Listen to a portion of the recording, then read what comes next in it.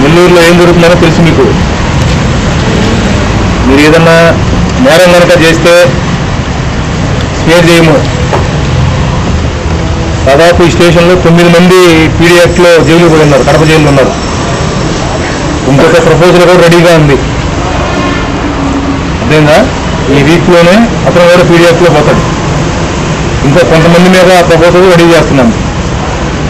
మీరు నేరాలు కనుక చేస్తే ఖచ్చితంగా పోలీస్ యాక్షన్ తీసుకుంటుంది. అదేందా మీరు మంచి ప్రవర్తన కలిగి ఉంటే,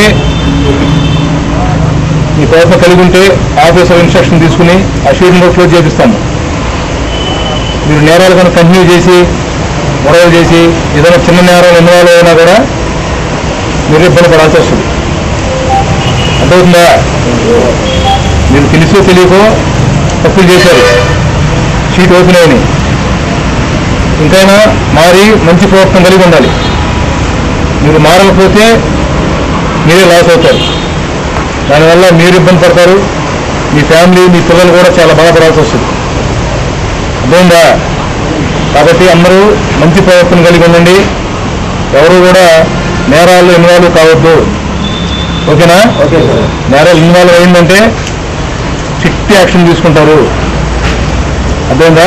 ఎస్పీ మేడం గారు, ఏఎస్పీ మేడం గారు స్పష్టమైన ఆర్డర్స్ ఇచ్చారు.